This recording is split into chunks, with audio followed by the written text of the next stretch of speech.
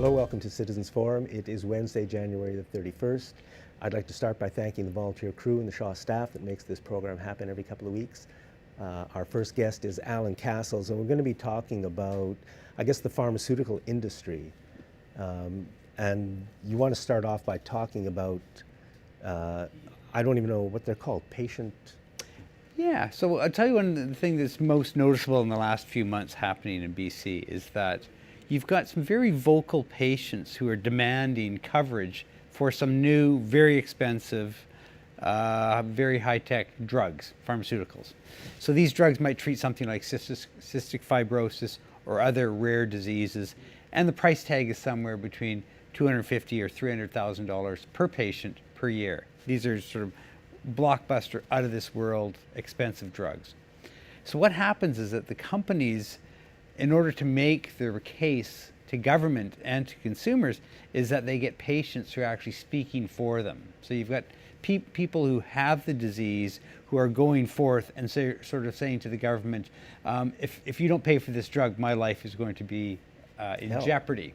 Yeah, so I can certainly understand that. And those make very compelling, it makes very compelling news. It's free news for a lot of these stations where they're covering these stories. The back of the story, though, is that these drugs are very new and very untested. So it's very controversial whether they should be covered at all. The price tags are, like I say, out of this world.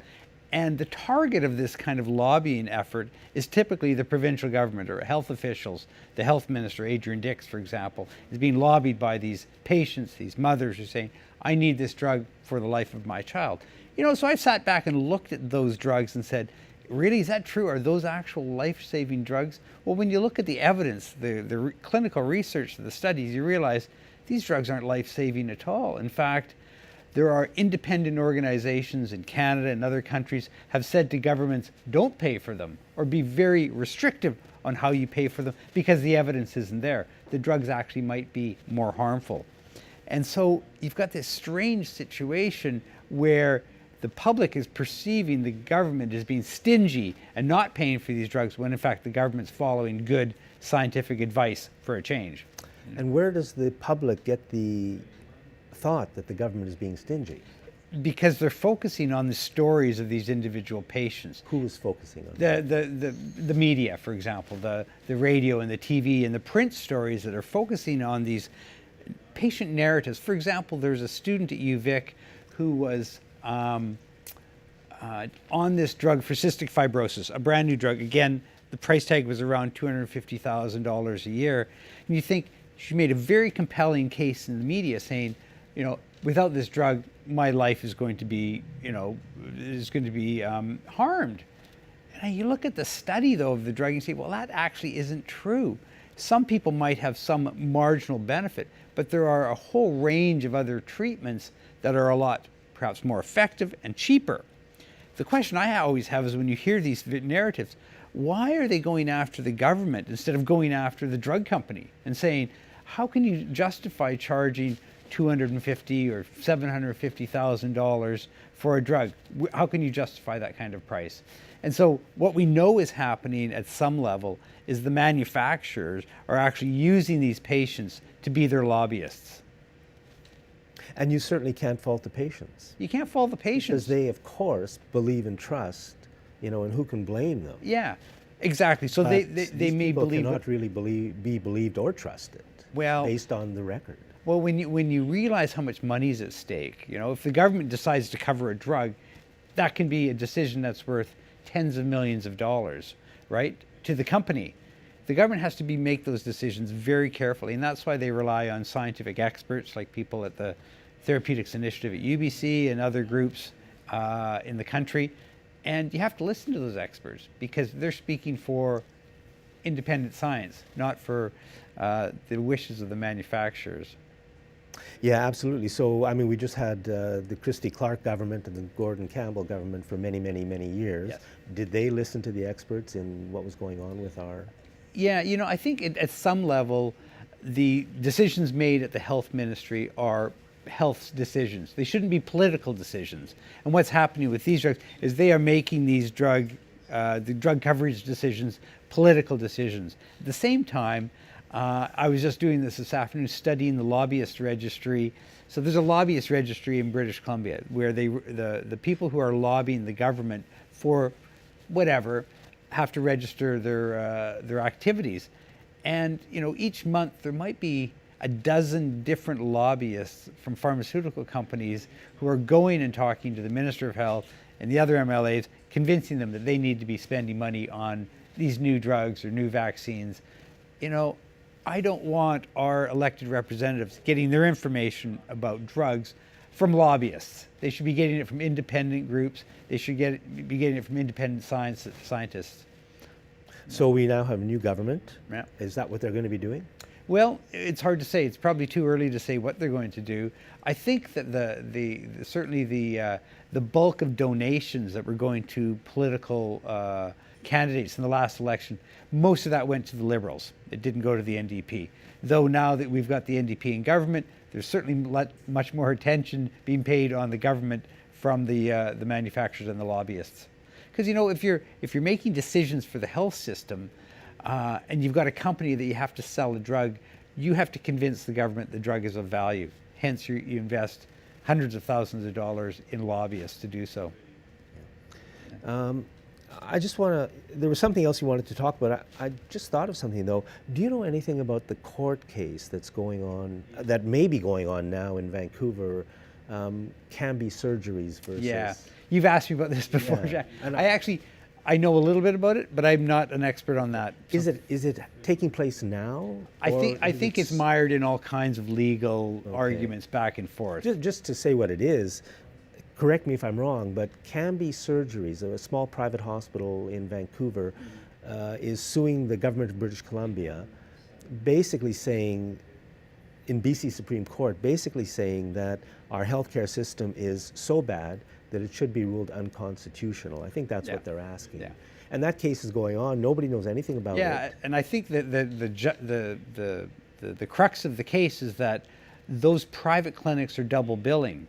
So if they are offering a service, they might be charging MSP for that service, the medical services plan, plus charging the patient. Yeah. It's illegal to do that in Canada. Illegal, It's illegal to do that. Yeah. But what I did want to tell you about, I don't know if you've noticed, have you seen the ads for the new shingles vaccine?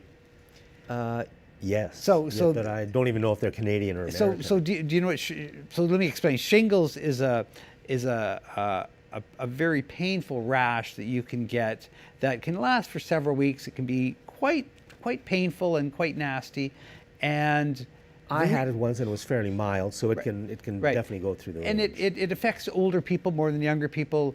You might increase your risk of getting shingles when you're 50 or 60.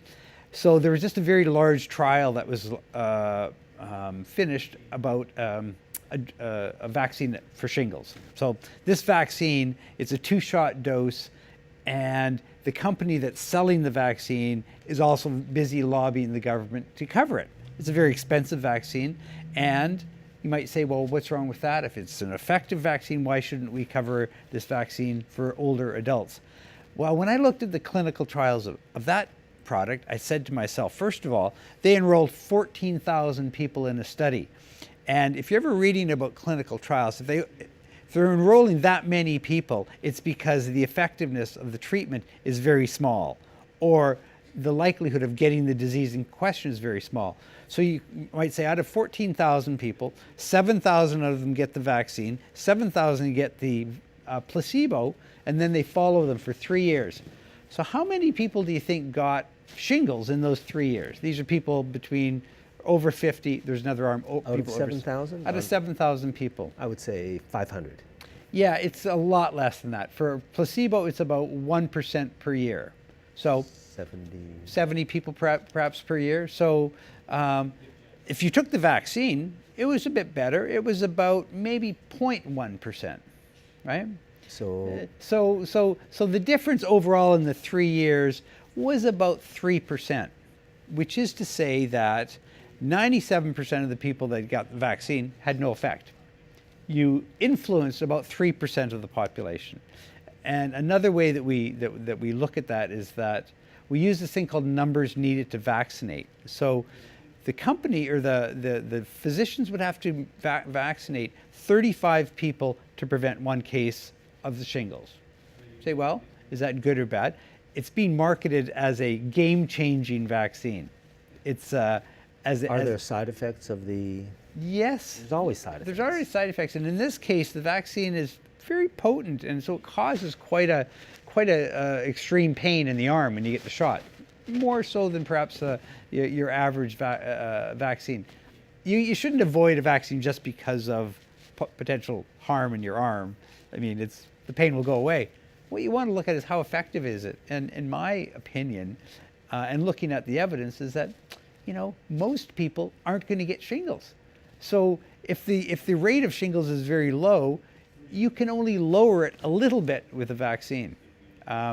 You'll see these ads that say this vaccine is 90% effective. See, 90%. How could that be? Well, yes, it was 90% of the small number of people who would have gotten shingles in the first place. Well, you've told me those numbers sometimes, and they're shocking. I mean, what the actual change in numbers is minuscule. Yeah. But somehow it can be turned into something that sounds absolutely. great. So I can give you something that reduces your risk of something by 90%. The question you have to ask is, what's your risk to start with? If your risk is, 10%, I can reduce that by 90%. What does that go down to? 1%.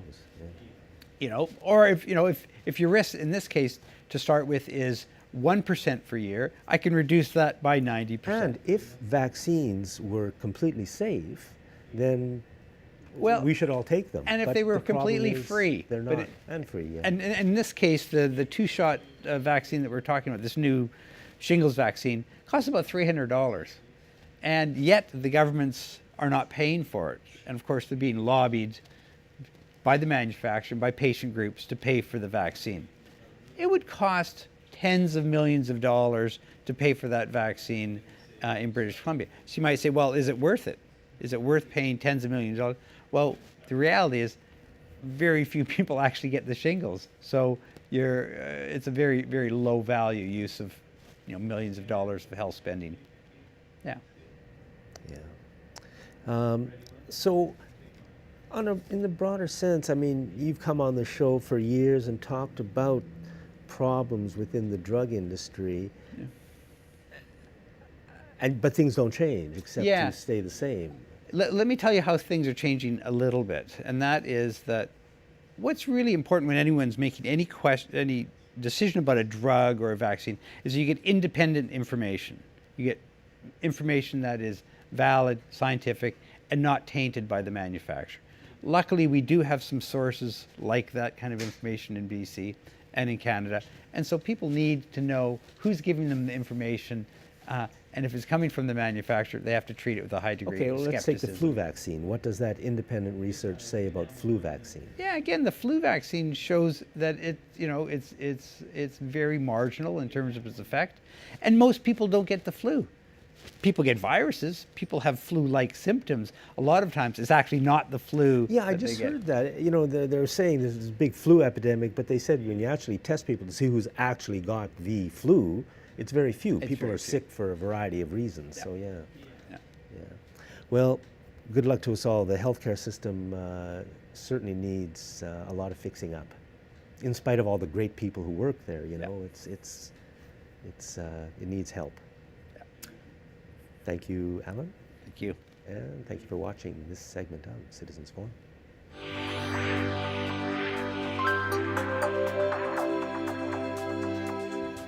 Welcome back to segment 2. It's January 31st, 2018.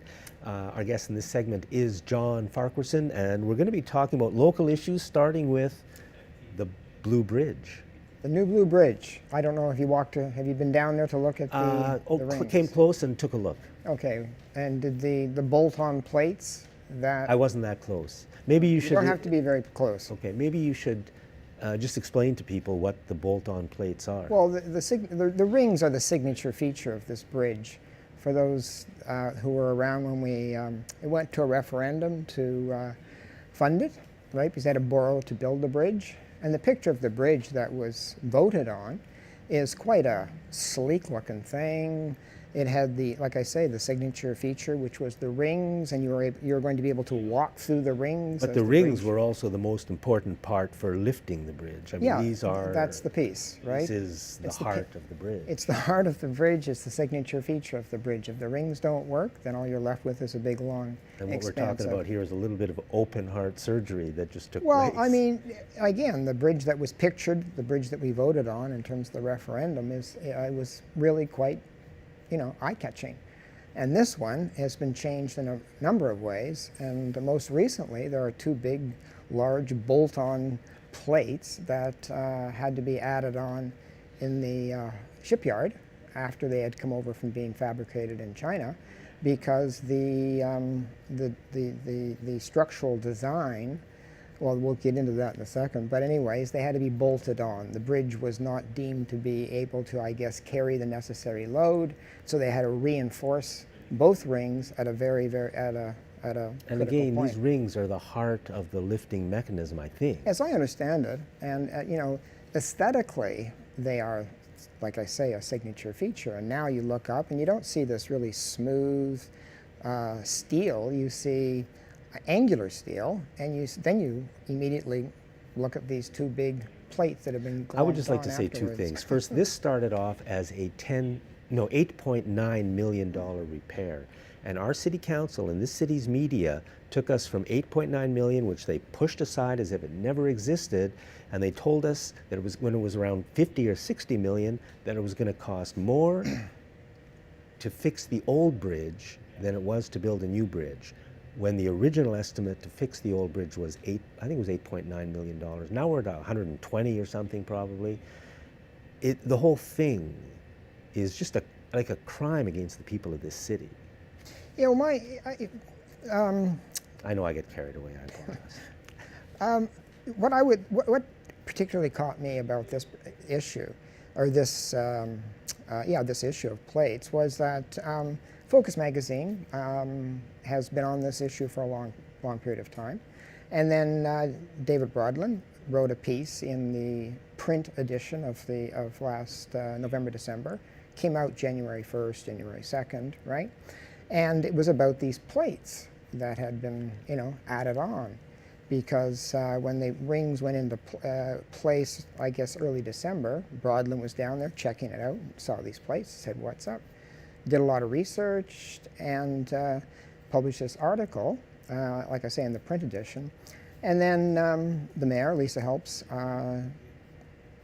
took umbrage with the article and said it was, there were quite a few inaccuracies. And again, Brodlin asked the mayor, please let me know where the inaccuracies are. She never did that. And so, first of all, if you're going to accuse a reporter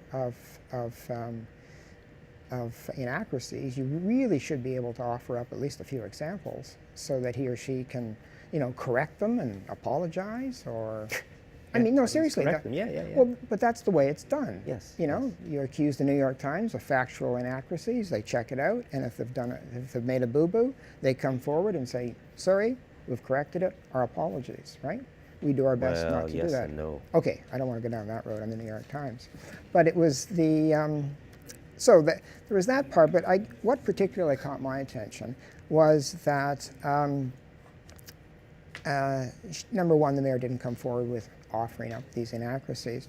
But then she went on to say that that she trusted I'll quote here, "I trust all the reporters at the Times Colonist. I trust all the reporters at Vic News. I trust all the reporters at CBC and CFAX. I trust all the reporters at CTV, Czech, and Global. But I don't trust you. I don't trust you, David Brodlin, at Focus." And she said that this trust has come through hard conversations. Okay? This trust with the other media. With all the other media, hard conversations. I don't know if you saw the re-election campaign of the mayor that was it was in the one of the first editions of the Times Colonist in the new year. This was not a hard conversation with the mayor who was running for re-election. It was not a hard conversation. It was a very easy conversation. So I'm not sure what these hard conversations are all about. The other one was good reporting. Well, define good reporting. What's good reporting? This was I usually think good reporting is saying what I want said. And then the other one was that, and the third criteria for having a trustworthy source is that the trust came from good relationship building. And I'm thinking, you know, does somebody who's writing in the media have to necessarily have a good relationship with the person that they're writing about? I mean, it concerns me because Well, Lisa Helps was the chair of the sewage committee for quite a while, and was the chair when the final plan was put in place, which I think is a total disaster for the city. And there was no criticism. I mean, for this disaster, I mean, there's no criticism in the media for her or anyone else, really. They just say, yeah, finally it's done. It could have been so much cheaper, so much better, so much less obtrusive. That's the kind of reporting that we get in this city. Well, the kind, I'm not, you know, just putting the sewage issue aside for 1 second in terms of the, you know, so I combed through she said, I trust the Vic News. So here's today's Vic News. This is Wednesday. We're recording this, and they're all jumping up and down with great excitement that the last part of the bridge has been put into place, right? But, you know, nothing about these two big patches up in the ring. Absolutely nothing. You read things like they interview the project manager, Jonathan Huggett. And Jonathan Huggett says, yeah, this has been a challenge, certainly. A well-paid challenge for Mr. He gets $300,000 so far, I think, from this. 300,000. But it's always better to do something right from the start rather than coming in fixing up mistakes.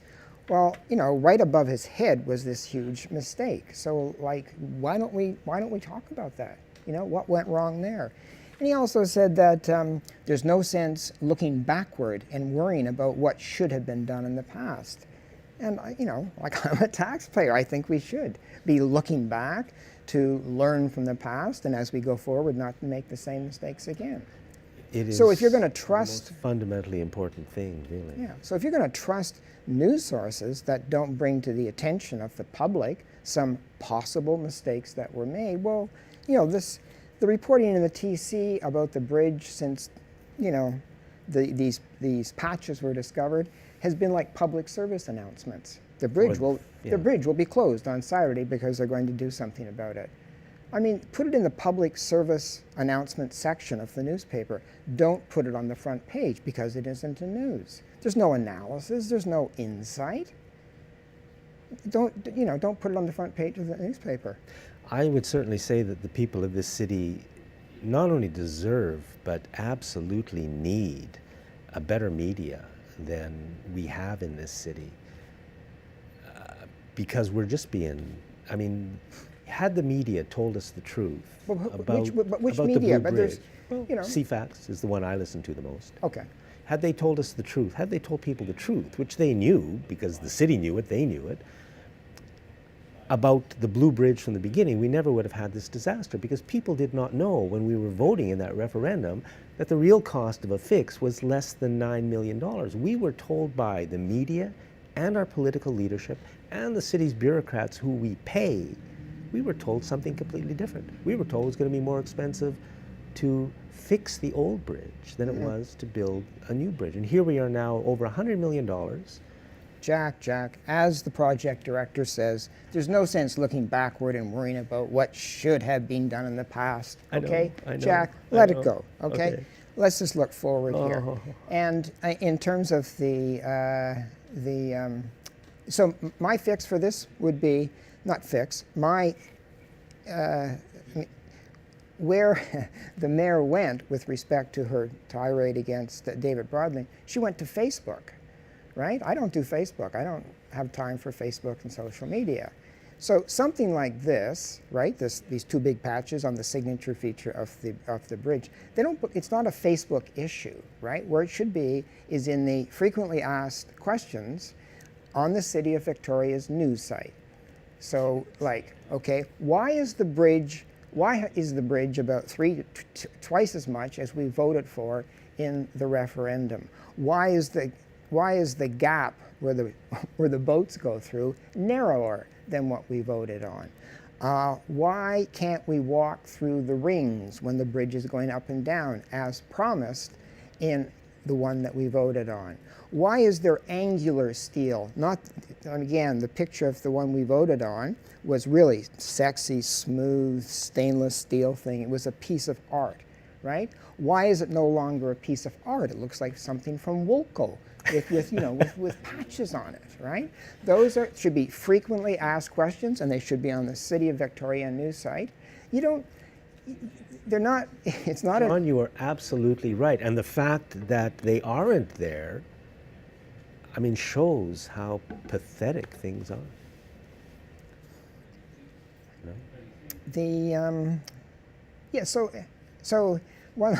The last criteria was with respect to the news sources that she has trust in, is they've built a relationship, right? And I suspect, pardon me, I suspect that when you do a lot of FOIs, you're not going to build a good relationship with somebody if you're not so much constantly, but if you're frequently going to the city and requesting information that should be made available to the public in the first place, but you have to go in and do an FOI request.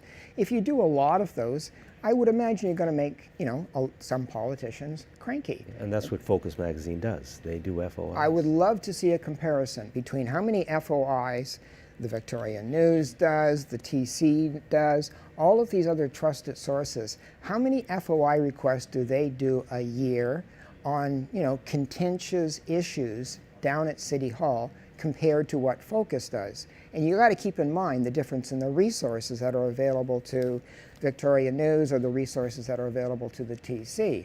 I mean, Focus Magazine is a very small operation. And when Focus Magazine finds out the truth of what's going on a wide variety of issues, it never gets published in any of the other media. So the public doesn't find out about it because Focus is relatively small. The rest of them just don't even mention it. So we never know what's going on.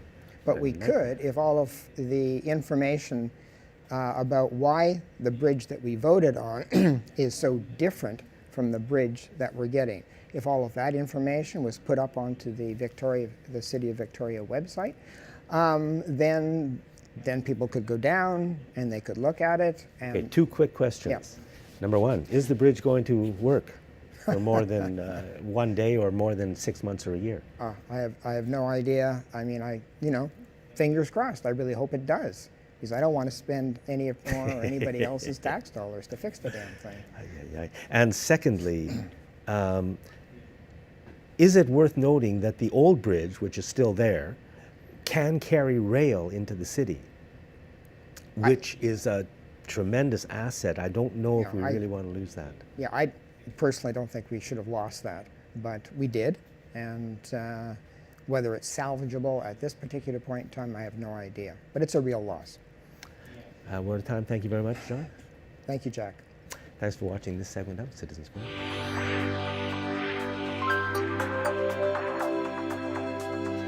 Welcome back, folks.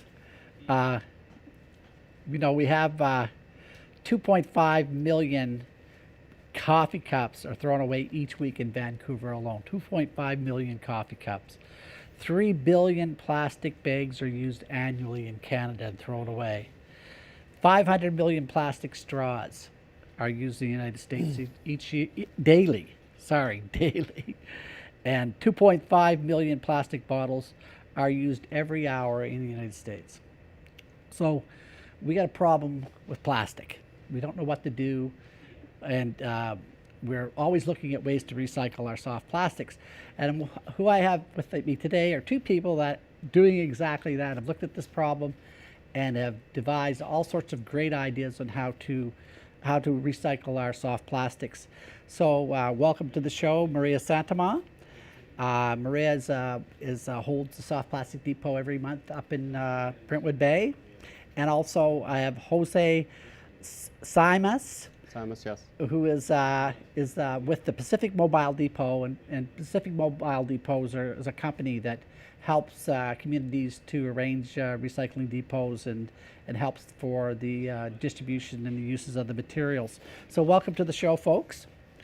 So firstly, Maria, maybe you could just give us an idea of how you got into doing soft plastic recycling. Well, about 10 years ago, I was teaching, I'm a teacher, so I was teaching the students all about the importance of recycling, and I discovered Jose. Jose was downtown, a number of places, number of community places where you could bring recycling material to that you could not put in the blue box. And I was excited about this, and I got the kids thinking about that, and even starting it at our school.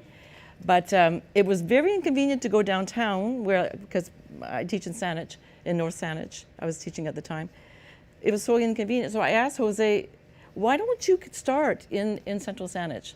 And he says, well, sure, but you have to get some volunteers and you have to find us a location to do it. So that's how I got started. And when we did it at our school, the idea started to spread, and other schools started to do it too. And so we did start recycling everything. The kids used to throw out in every classroom at least one big garbage can a day, and it went to almost nothing. So that was over 10 years ago, and we're still doing it, and we're still going strong in Central Saanich with our recycling programs, both in the school and at the community level. Okay. So how many recycling depots are held in our region now, Jose, per month? In the Greater Victoria, there's on a second Saturday, there's 3 depots. Okay. And then on a fourth Saturday, there's 4 depots. Okay. So I think what people would wonder is, well, what is it that you're going to be handling that the Blue Box program or other recyclers aren't handling?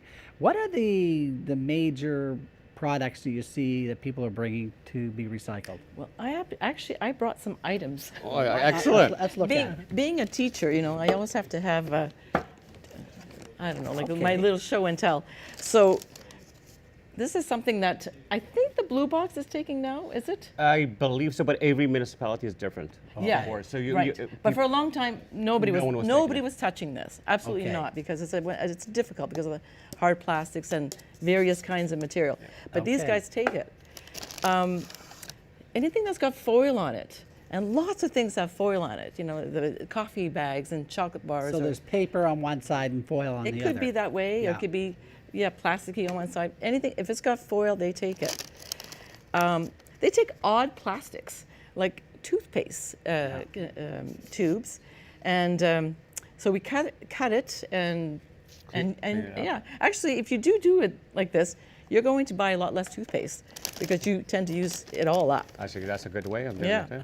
And then there's these odd things too, which I don't know that the Blue Box always I takes. don't think I'm not sure now, but I know the Blue Box wasn't taken. Yeah, I know, Because they it has weren't. to have a number on it. Yeah, exactly. So Okay. anything like that, and CDs,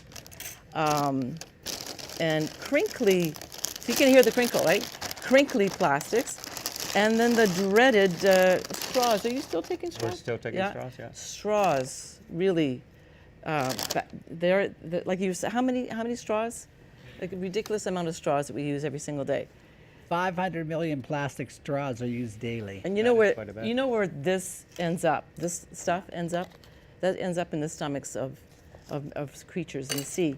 right. So those are some of the things. Not all of the things, but those are some of the main things.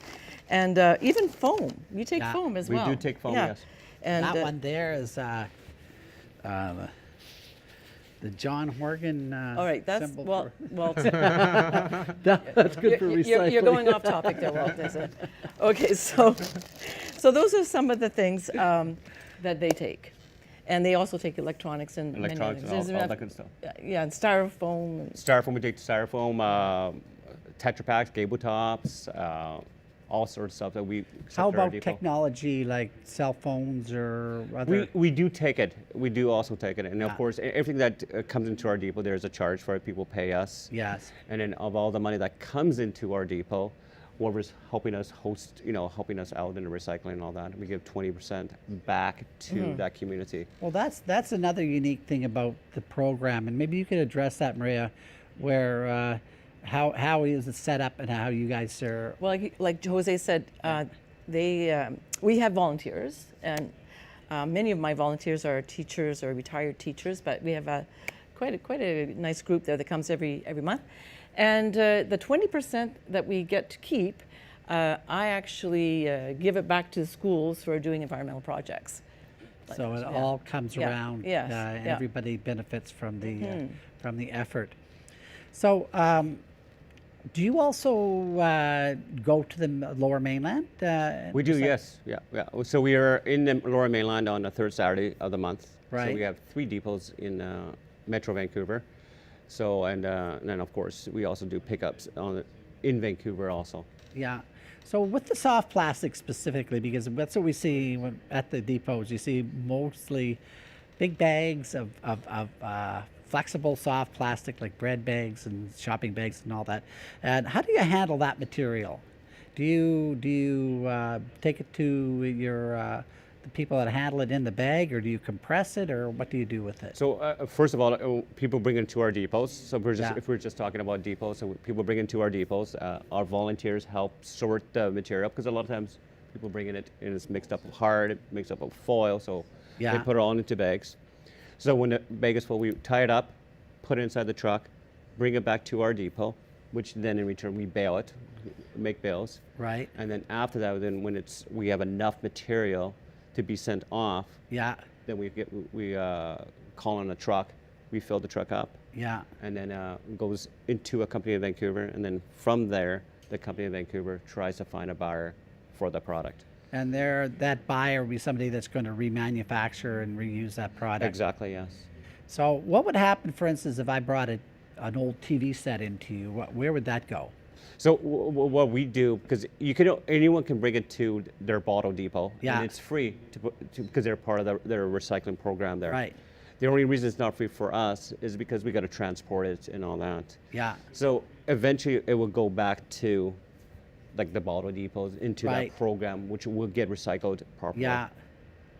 So, I mean, do you have any idea, Jose, over the years of how much, say, soft plastics you've actually kept out of the landfills? Have you ever tried to make that calculation? Oh my God, it's been a while since we had those numbers. Yeah. But I can't even imagine how much. I can't even give you a number, because it might be too less or too Yeah. much, right?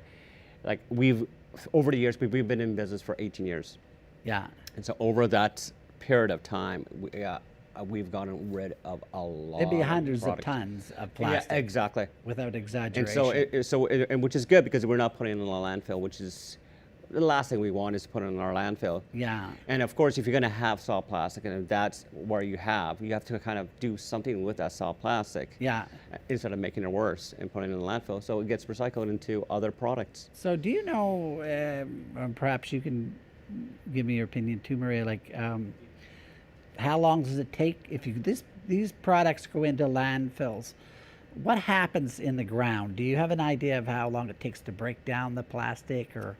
Well, everyone says it doesn't ever go away. Yeah. Plastic, when you throw something away and it's plastic, there's no away. Yeah. It will be there for a minimum 500 years Yeah. to forever. Yeah. All So- depending on the type of plastic. Yeah, it may break down, it might go into little smaller pieces, but to actually biodegrade or, it just won't. Yeah.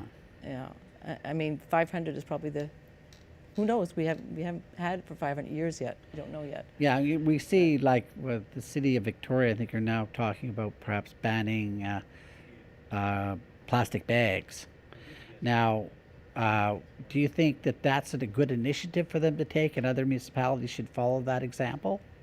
Yeah, I think that there's lots of things that that can take the place of these Yeah. one-time use items. Yeah. And plastic bags is one of them. And they have done it in many places around the world. Yeah. And people are still shopping. It hasn't. So the whole hasn't been that idea, of course, problematic. is that, like in our household, we have lots of blue boxes around. We're sorting everything out. We hardly have any garbage, and but it takes space and it takes time. And you'd always look at it and you'd say, "Gee, it wouldn't be nice not to have had purchased that." Mm-hmm. And it wouldn't be nice if I could have just had that product without all that wrapping and all that. Do you think that the government should be looking more at that sort of an idea about packaging and try to get companies to reduce their packaging, or maybe go to more organic packaging with paper products and such of stuff like that? Absolutely. It has to be made easier to recycle. Yeah. Products should be made in a way that there is that loop, that closed loop. Yeah.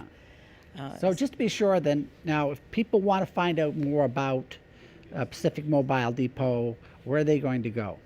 So you can go to our website, which is at www.pmdrecycling.com. Yeah. And on that site, it will give you all the depots and all that. It also give you a site if you actually want a house pickup. It will also give you that. There's something to schedule a pickup and all that, so you can have that also there. And too. if you were a small business and had the soft plastics, you could also arrange for that. Oh yeah, for sure. Most of our business on pickups are businesses. That we Okay. do pickups from. Okay. And if people want to find out more about the Brentwood Bay recycling, Well, that one's always the fourth Saturday of every month. There is a Brentwood Bay recycling on their Facebook. yeah. Also, if people want to find out about other things, about other types of things that Jose, although Pacific Mobile Depot does do a lot, they don't do 100% of everything. Yeah. So you go online and go to My Recyclopedia. Okay. And then you can just do a search. Like I was looking for some things, like I thought, what about glasses? Yeah. And I went to my Recyclopedia, and there are the Canadian Institute for the Blind will take those. Okay. And what else have I got in here? And there's batteries also you can take to Oh. sharpers or Right, batteries, light Lights, bulbs. yeah. There's places that take light bulbs and T-shirts. You might recognize this one, Walter. He's my husband, after all. Anyway, old clothes that you think nobody's going to want. There's actually a place they will take it. Salvation Army takes a lot of things. Markers, pens, batteries. Yeah. Just type in what it is that you're trying to get rid of. Yeah. And they'll let you know. Well, that's it. I mean, I think the message should be that we can do so much in our everyday lives to reduce waste, and particularly when you look at the oceans and look at the stress that's on the oceans now, because eventually plastic gets into water flows downhill, eventually it all gets out into the ocean.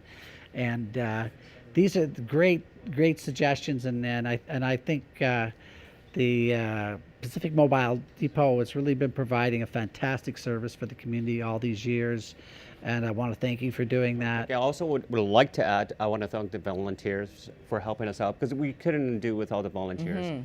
Because there's so much, if you've ever been to one of our depots, there's so Yeah. much coming in, Yeah. so much to sort through and all that. So Yeah. if I couldn't do with the volunteers. And also Absolutely. people Yeah. who care about our planet and come to us and recycle with us. Yeah. And have that same wavelength that we all do here, trying to help our planet. That's right. fantastic. Thank you, Jose, and thank you, Marianne. Thank you. And that completes this segment of Citizens Forum.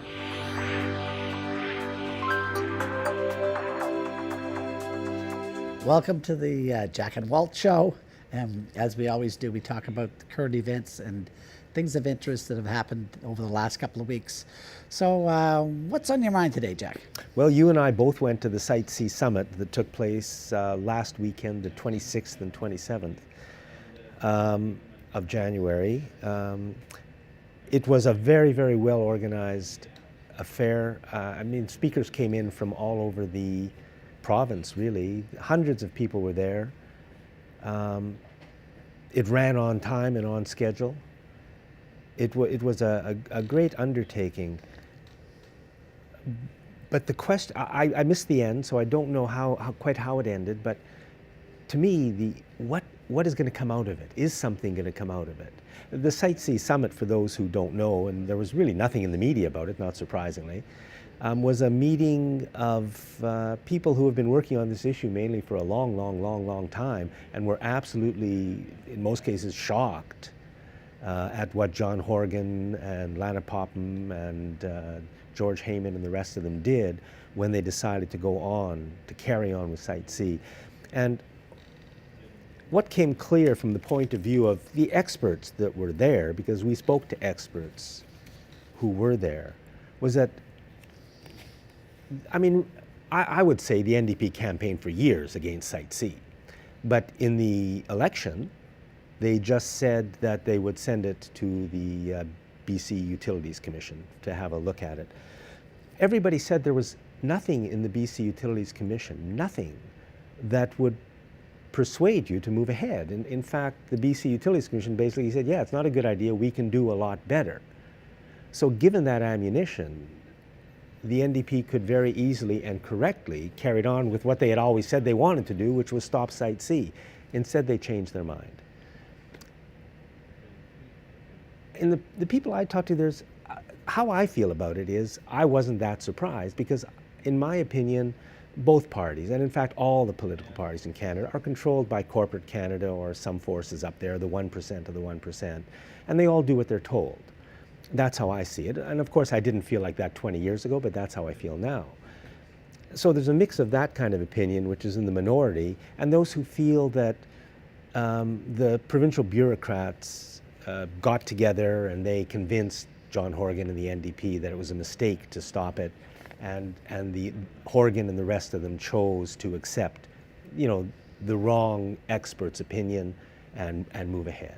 Mm-hmm. So there's that split, and maybe the main issue is which way you think is how creates the way you're going to fight the enemy, as we can call them, which is this constant, never-ending destruction of our planet and our society and everything else. If you think it's just a mistake, well then you try to convince them that they're right.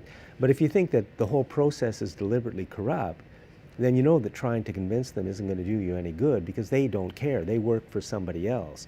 They're actors and actresses. That's right. Whose job it is to control us, and that's what they do. Unfortunately, it's easy to draw those sort of conclusions when you're looking at this sort of issue. And I was really impressed by the caliber of people at that conference.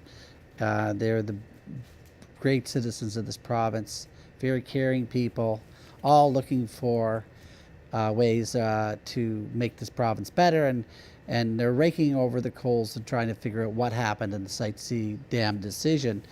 Now, there's so many observations you can make, and one hopes that central ideas do coalesce and it becomes a more concerted political movement, and I think that's what's really needed. But if you look at the actual crime, the crime against nature and crime against the citizens of this province is building Site C dam. There's just no evidence to support any of it. Mehdi Najari was we were talking to at the conference, and he said, if you look at how the decision was made, you have to look at all the little things that happened during the process up to that decision. And one thing that caught my attention was when Mehdi said that the vice president of BC Hydro was in charge of building Site C dam, was immediately made the president of BC Hydro right after the swearing in of John Horgan. And then, of course, he had an 800-page report ready to give to the BC Utilities Commission saying the project was on budget and on time, which it turned out to be absolutely untrue. But you'd have to also think about how many months back he would have to go in order to prepare such a report, which we know was was fraudulent report. So I think what the citizens should be thinking about is and try to piece together, well, when did John Horgan and his group of advisors decide that they're going to build this dam? And evidence is showing that it wasn't just in the last few weeks, that even back to when they announced they were going to send it to the Utilities Commission. I think there's a good place to start right there. I think the deception started when they made that announcement. It does appear that from then on that they had already made up their minds they were going to build this dam. Yeah, I would say that it goes even further back than that. I think you can't get to be a top politician in this province or country unless the people who run the province and the country know they can trust you. So, I mean, what you do is I really think you're more of an actor. Yeah. The job of John Horgan and the NDP is to convince the people on the left that, hey, we're your politicians, we're going to represent your interests. And so that's how they run the show, blah, blah, blah, blah, blah, blah, blah, blah. And the Liberals over here doing exactly the same thing. But really, when push comes to shove, when it's what are we going to do, well, then they ask the people who control the parties and who control them. And they do what they're told. So I'm sure John Horgan and the rest of them would have greatly preferred if Site C had been stopped. But when the decision came to be made, it wasn't their decision to make, it was somebody else's decision. Yeah. And it was also very noteworthy that the entire provincial media gave the story 2 days coverage. Yeah. It was announced on Monday. Thursday morning, it was basically out of the news, especially in Vancouver. Here, maybe it took an extra day. There was never any criticism. I didn't see any criticism of the decision. They all said it was the right thing to do. It was the business-like thing to do. There was no criticism of our own local politicians, like Lana Popham, and John Horgan and all the rest of them, who had said for years we're opposed, and then when it comes to doing it, they're okay with it. You know, and even the choice to quote the Angus Reid polls, which they were saying it was around a 50-50 split in the province. There's other polls that showed up to 85% of the people of this province were opposed to the dam. And of course, Angus Reid does not have a good reputation when it comes to honesty, because those are the guys who are giving us the polls in the 2013 election, which I remember very well, in which they said the NDP were 17 points ahead 1 week before the election, and they lost by 7 points. So it was 20. They were off by 24 points. Now, if you wanted to do a little checking, it's never happened before in the history of modern elections that a pollster was that far off. So you have to really wonder what was the agenda for Angus Reid to really skew the numbers that badly. And of course, the Liberals waltzed in with the majority that they always knew they had from day one, because they had done their own polling. So Angus Reid just wouldn't be deemed to be a trustworthy source, I think. And here they are using their numbers again. Angus Reid, interestingly, only surveys their own membership. There's something called the Angus Reid Forum. Yeah. And my understanding is that their polls are done only of the membership of the forum. I don't know if that's a legitimate way to be doing polling and then telling us that people support Site C. And if people do support Site C, it's largely because the media never told us the truth about what was going on in the first place. Yeah. Had the media told us the truth, or had the NDP told us the truth going back 10 years, this never would have gone ahead. But the truth was suppressed, and people sleepwalk into it. Now we're talking tens of billions of dollars, because when they talk about a $10 or $11 billion cost, and it's only beginning, we're not even talking about the interest. So double that. And completely unnecessary, an environmental disaster. And that's how bad things are. If we can't fix things up, they're destroying our province and our society. Well, I was just thinking the other day, boy, the NDP, a lot of people are not going to be donating to the NDP anymore. And I realized, hey, the NDP doesn't need donations anymore. They just legislated an automatic how many millions of dollars a year that they're going to be getting. And they don't have to worry about donations for a while. So, wow, there's a double-edged sword here, because usually I would have been in favor of that. Now, can we touch on something else? Another fiasco, another provincial fiasco, and that's ICBC being now $1.3 billion in the red. And so I did a little bit of going online and reading today to try to figure out what was going on with that. There's just so many things to think about. But now we're just talking about statistics, and I think we could touch on that, where ICBC uses a whole lot of statistics on their site about accident rates and such. But when it comes right down to finding out how they generate those numbers, it's quite hard to find out. I did phone ICBC today, talk to their media relations. They're going to be sending me a packet of how they come up with their numbers.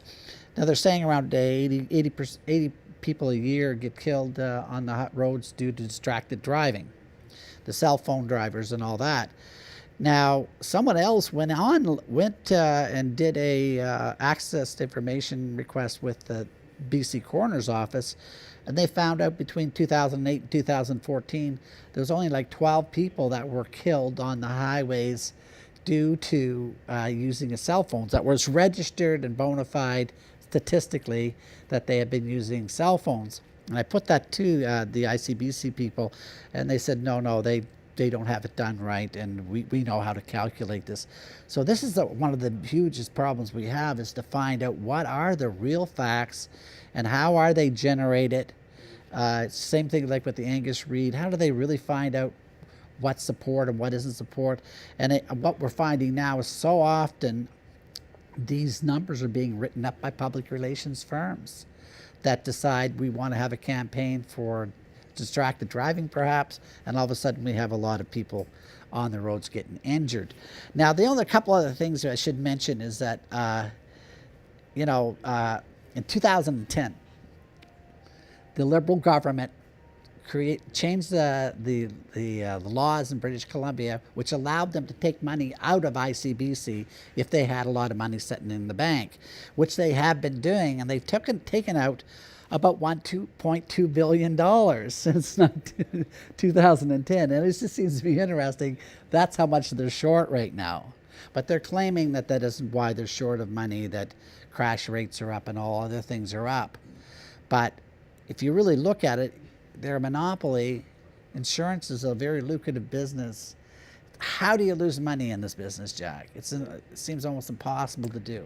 Well, one thing the Liberals did was raise the speed limits to 120, and they pushed everybody into the right-hand lane so the speeders could go by completely unimpeded in the left. And all of this, and there's no photo radar. Yeah. I mean, and there's no law enforcement on speed limits anywhere in the province. So I Yeah. can see where there's more accidents. But you're right, an insurance company should not be in this kind of a situation. And of course, people think the whole thing is to privatize it, which is the plan. That appears to be the plan, as is with BC Hydro, to run it into the ground to the point where you just can't do anything besides pay the debt off and sell the company. But anyway, Jack, I think we should wrap up on that note. And I think people should keep an eye on ICBC and see what's going to happen in the next few months, because there might be a big shake-up there. So that wraps up the show for this week. Thank you for watching Citizens Forum.